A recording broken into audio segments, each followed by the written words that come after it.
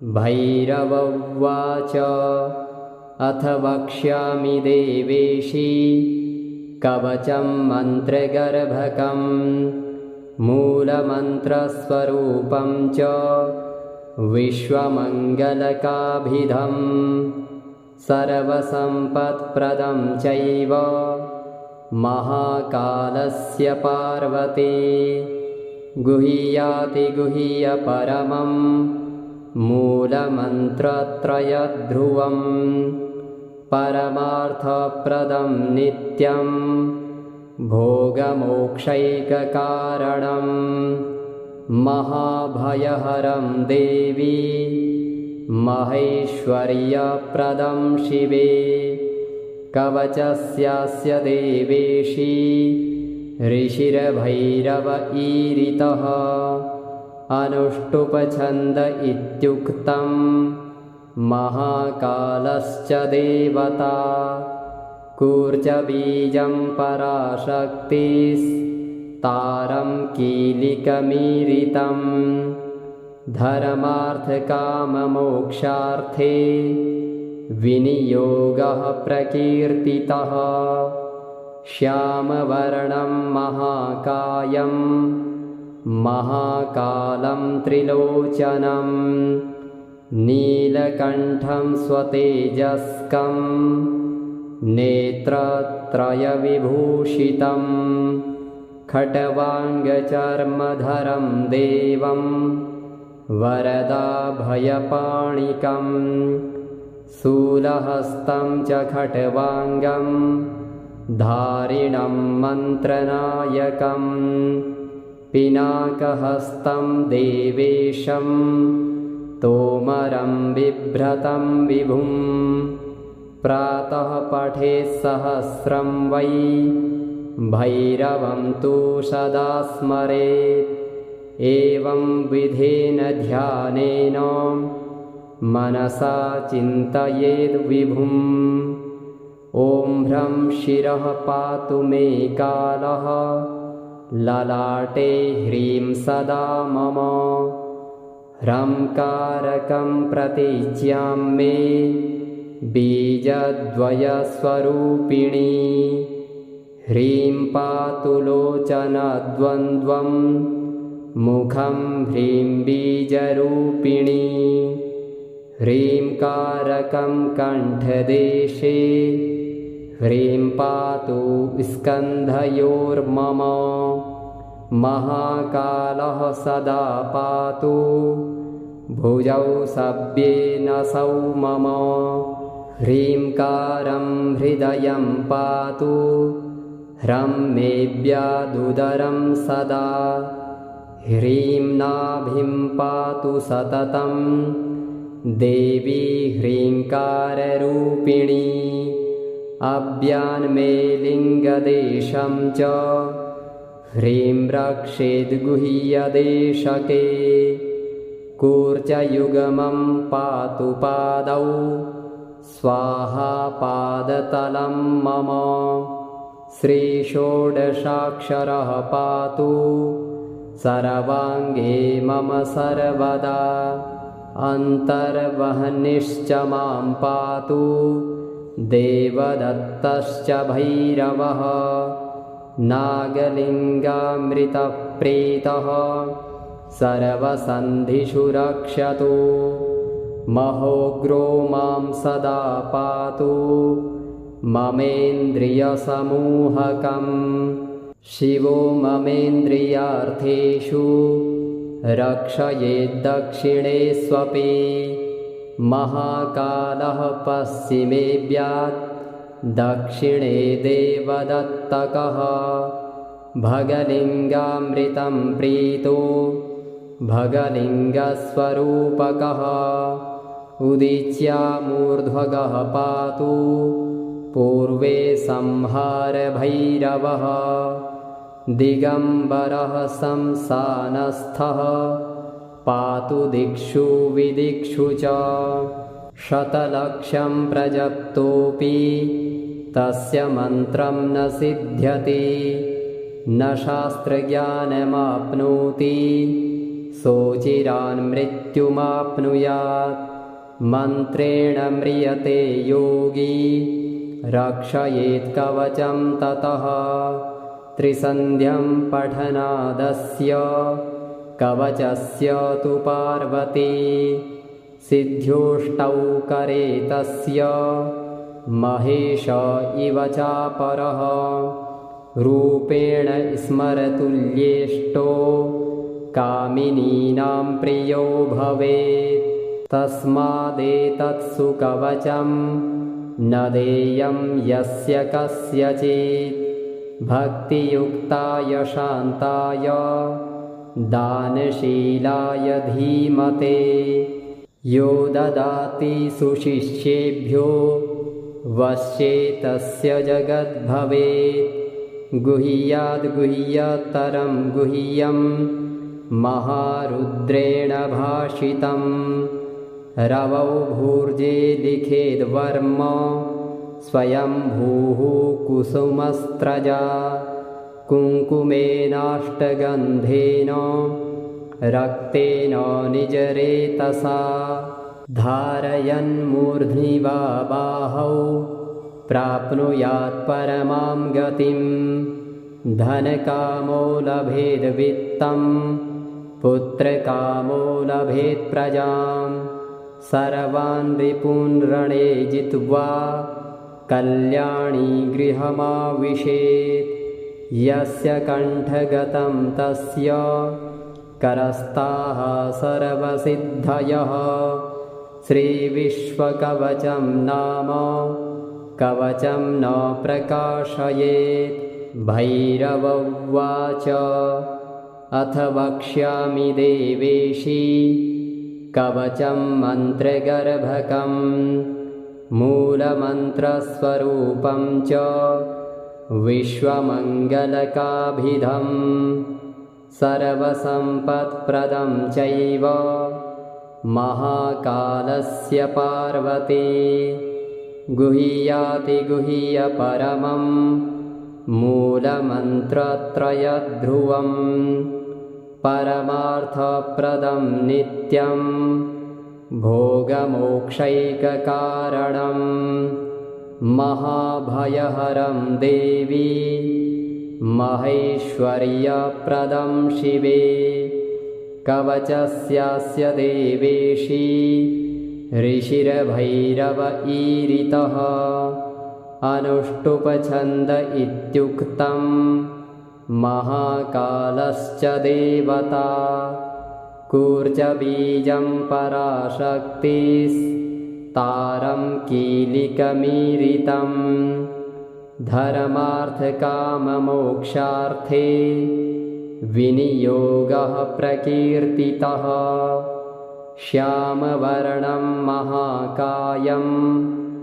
महाकालं त्रिलोचनं नीलकण्ठं स्वतेजस्कं नेत्रत्रयविभूषितं खट्वाङ्गचर्मधरं देवं वरदाभयपाणिकं शूलहस्तं च खट्वाङ्गं धारिणं मन्त्रनायकं पिनाकहस्तं देवेशं तोमरं बिभ्रतं विभुं प्रातः पठेत् सहस्रं वै भैरवं तु सदा स्मरेत् एवं विधेन ध्यानेन मनसा चिन्तयेद्विभुम् ॐ ह्रं शिरः पातु मे कालः ललाटे ह्रीं सदा मम ह्रंकारकं प्रतिज्ञां मे बीजद्वयस्वरूपिणी ह्रीं पातु लोचनद्वन्द्वं मुखं ह्रीं बीजरूपिणी ह्रींकारकं कण्ठदेशे ह्रीं पातु स्कन्धयोर्मम महाकालः सदा पातु भुजौ सव्येनसौ मम ह्रीङ्कारं हृदयं पातु ह्रं मेऽव्यादुदरं सदा ह्रीं नाभिं पातु सततं देवी ह्रीङ्काररूपिणी अव्यान्मे लिङ्गदेशं च ह्रीं रक्षेद्गुह्यदेशके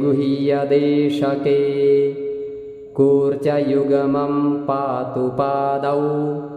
स्वाहा पादतलं मम श्रीषोडशाक्षरः पातु सर्वाङ्गे मम सर्वदा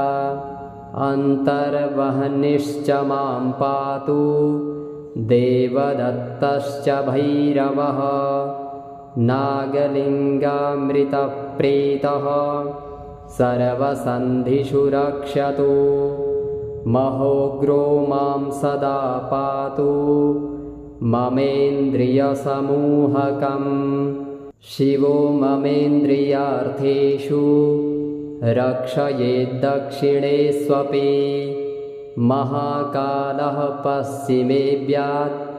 दक्षिणे देवदत्तकः भगलिङ्गामृतं प्रीतो भगलिङ्गस्वरूपकः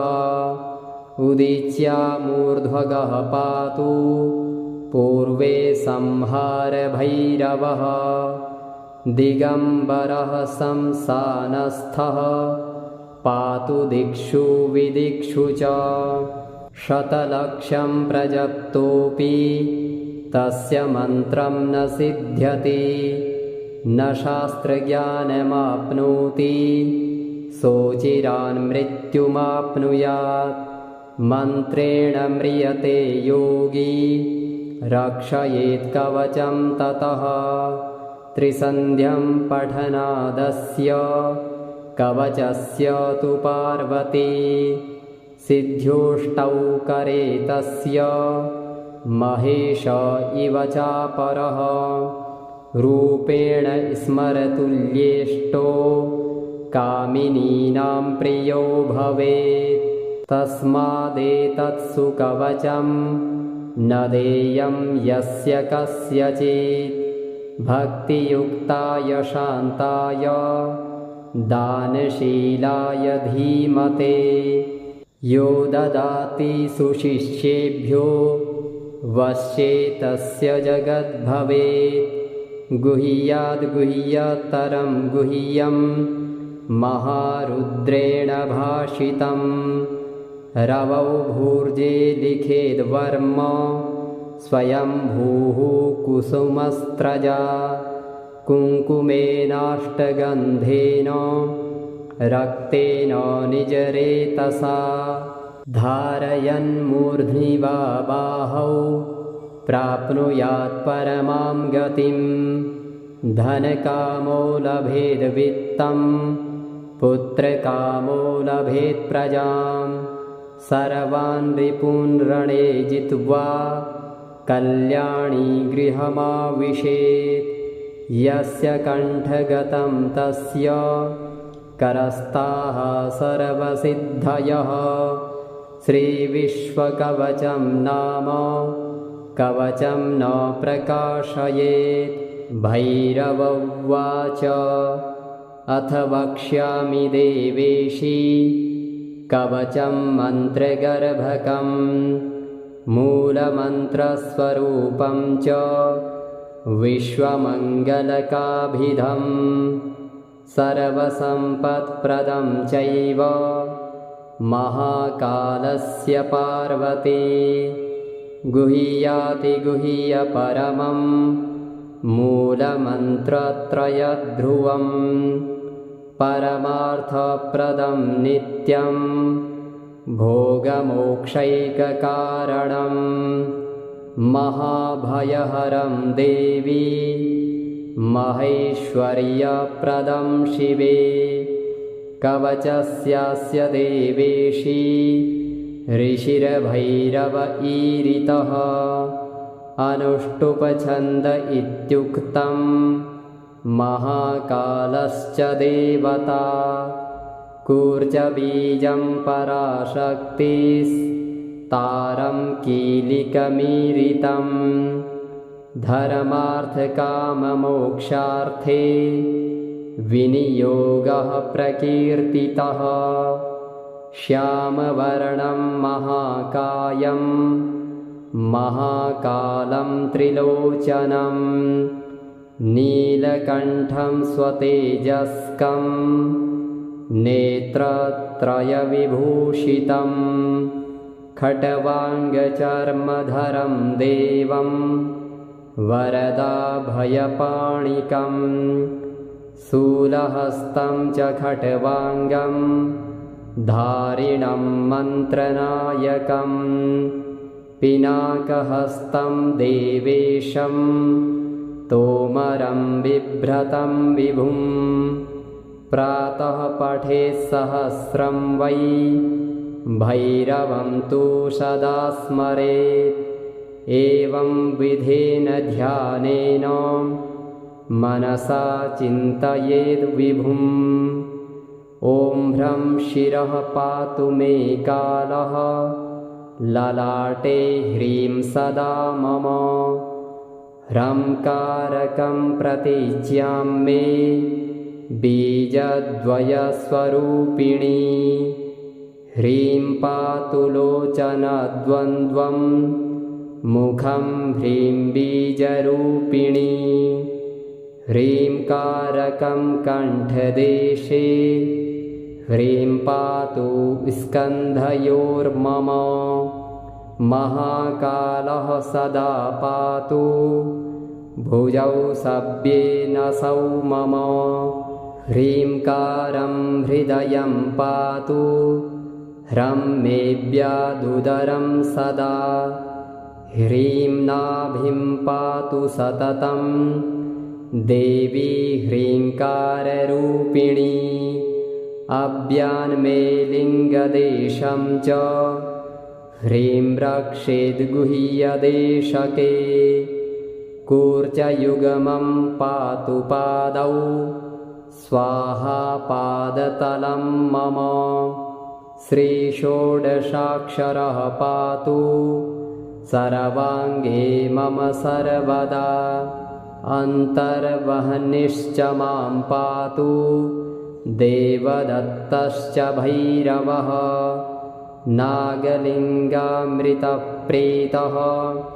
सर्वसन्धिषु रक्षतु महोग्रो मां सदा पातु ममेन्द्रियसमूहकम् शिवो ममेन्द्रियार्थेषु रक्षयेद्दक्षिणे स्वपि महाकालः पश्चिमेऽव्यात् दक्षिणे देवदत्तकः भगलिङ्गामृतं प्रीतो भगलिङ्गस्वरूपकः उदीच्यामूर्ध्वगः पातु पूर्वे संहारभैरवः दिगम्बरः संसानस्थः पातु दिक्षु विदिक्षु च शतलक्षं प्रजप्तोऽपि तस्य मन्त्रं न सिद्ध्यति न शास्त्रज्ञानमाप्नोति सोचिरान् मृत्युमाप्नुयात् मन्त्रेण म्रियते योगी रक्षयेत् कवचं ततः त्रिसन्ध्यं पठनादस्य कवचस्य तु पार्वती सिद्ध्योष्टौ करे तस्य महेश इव चापरः रूपेण स्मरतुल्येष्टो कामिनीनां प्रियो भवेत् तस्मादेतत्सु कवचं न देयं यस्य कस्यचित् भक्तियुक्ताय शान्ताय दानशीलाय धीमते यो ददाति सुशिष्येभ्यो वश्ये तस्य जगद्भवेत् गुह्याद्गुह्यतरं गुह्यं महारुद्रेण भाषितं रवौ भूर्जे लिखेद्वर्म स्वयंभूः कुसुमस्त्रजा कुङ्कुमेनाष्टगन्धेन रक्तेन निजरेतसा धारयन्मूर्ध्नि वा बाहौ प्राप्नुयात् परमां गतिं धनकामो लभेद्वित्तं पुत्रकामो लभेत् प्रजां सर्वान् रिपून् रणे जित्वा कल्याणी गृहमाविशेत् यस्य कण्ठगतं तस्य करस्ताः सर्वसिद्धयः श्रीविश्वकवचं नाम कवचं न प्रकाशयेत्।